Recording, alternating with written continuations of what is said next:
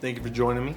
If you haven't subscribed yet, go ahead and hit that sub button for me. Let's get started with this game. Celtics versus Nuggets. Is this going to be a finals preview? Will the Nuggets match up with the Celtics in the finals? Will both these teams even make it to the finals? I'm going to run through some notes here that I have in regards to when the Nuggets go against the Celtics in the finals. Because I 100% believe these two teams will make it to the finals and end up playing each other in the finals. With all that being said, let's get into this. The Celtics and the Nuggets. Right now, points per game, the Celtics score 121 points per game. That puts them in second in the NBA. The Nuggets, they score 114.4 points a game. That puts them in 16th, in the middle of the pack of the league for that. Rebounds per game. The Celtics, 47.2 rebounds a game. That puts them in first in the league. And we got the Nuggets at 44.5 points a game. And that puts them in ninth in the league. So both of them are top 10 rebounding teams. Nuggets are at 29 assists per game. The Celtics average about 26.4 assists per game. The Celtics ranked 17th in the league at assists per game. And the Nuggets are in 5th in the league for assists per game. Now, for the breakdown of which duo is more dominant, I'll put a couple stats together for both teams' best players as duos. These are the postseason stats. Jokic versus JT. Jokic in the postseason averages 27.5 points a game versus Jason Tatum's 23.8 points a game. Jokic dishes out 7.3 assists a game. Jason Tatum dishes out 4.6. Rebounds per game, Nikola Jokic at 12.1 and Jason Tatum at 7.6. Clearly see that there is a difference in postseason stats between these two players. Jokic kind of turns it up a notch in the playoffs all the time. He gets a little bit more aggressive depending on the matchups. With Jamal Murray versus Jaylen Brown, I know Jaylen just dropped a 40 piece on us tonight. I don't think that was really necessarily a thing to worry about. I've yet to see Jaylen Brown turn it up in the postseason where you're like, oh dang, like this team can actually be dominant. Jamal Murray versus Jaylen Brown in the postseason with their stats. Jamal Murray averages 25 points a game in the postseason versus Jaylen Brown's 18.3. Jamal dishes out 6.3 assists a game versus Jaylen's 2.3. Rebounds a game, Jamal averages 5 versus Jaylen Brown's 5.5. So they're kind of in the same realm. He averages half a rebound more a game. Let's break it down and see how these two teams would match up in the finals this year if they were to play. Before I get to the advantages of Celtics versus the Nuggets and the Nuggets advantages versus the Celtics, I'd like to break down a little small detail that I feel could be a huge advantage to the Nuggets. I don't want people to let this go over their heads because this is a vital thing during the regular season that moves into the postseason. The strength of schedule for the Nuggets, they had the 14th hardest schedule in the league. I guess that's right in the middle of the pack of the league. They had a pretty average schedule all season long. Now the Celtics, they're in the East. And I feel like if you're a dominant team in the East, unless you have LeBron James on your team, I don't think your dominance in the East will translate well into the postseason. The Celtics had the 21st hardest schedule in the league. That's pretty top 10-ish of easy schedules in my book, or in the stats book in this case. Also, the Celtics have the second easiest schedule remaining for the postseason, or remaining for the regular season. So that can play a huge part either on their health, where they can just coast for the rest of the way and they could get a rest. I'm going to get into what the Nuggets advantages would be with that. First of all, coaching.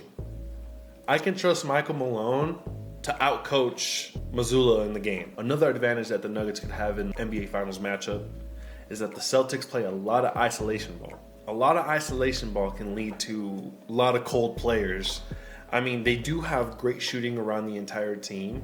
It's still not a great way to win a game. You have to have a team. You have to have a certain type of identity if you really want to dominate in a finals game. Another advantage that the Nuggets have, back to the beginning of my point, is where the Celtics' schedule has been just easy all season long. They're not used to adversity at the end of games, and I think that could be a huge advantage for the Nuggets. Watching a lot of Nugget basketball, there has been a huge amount of adversity. It seems like we're always fighting back for a lead in most games. In this last Celtics game, it wasn't really necessarily like that towards the end of the game, where things weren't going our way.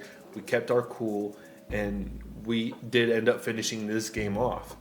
Unlike the Suns game, where we didn't finish that game off and we let KD just cook all over us. Now, let's move on to the Celtics' advantages if they were to play the Nuggets in the finals. And the first huge advantage that the Celtics would have is home court advantage.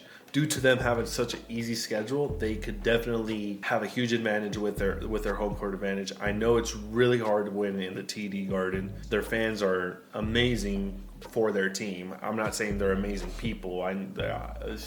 Anyway, the bench minutes for the Nuggets can be a huge factor for the Celtics. This last matchup, the bench showed up for the Nuggets, and that's where I feel we can be really dominant. Back to my point.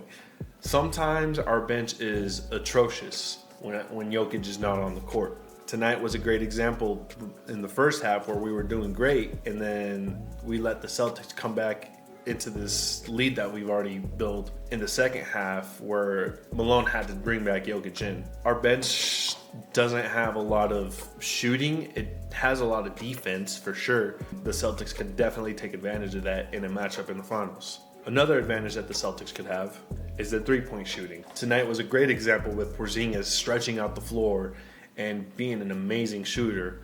Al Horford, he really didn't get aggressive with his shot, but he definitely could have been a huge factor into this game if he looked more for his shot. The Celtics have eclipse around that entire team. I think everybody and their moms on their team can really shoot a three-point shot, and that can be dangerous when everybody's hitting that three-point shot. I mean, look at what Grayson Allen did to us with him just hitting threes in general. That really killed us that entire game. It made it really difficult to come back in those games. This is a huge advantage, is the lack of rebounding on the Nuggets side. Seems like their defensive rebounding hasn't been great. It hasn't been the hottest thing lately. No one boxes out. Missing the boards on the defensive end for the Nuggets can be a huge advantage for the Celtics. That gives them second chance points.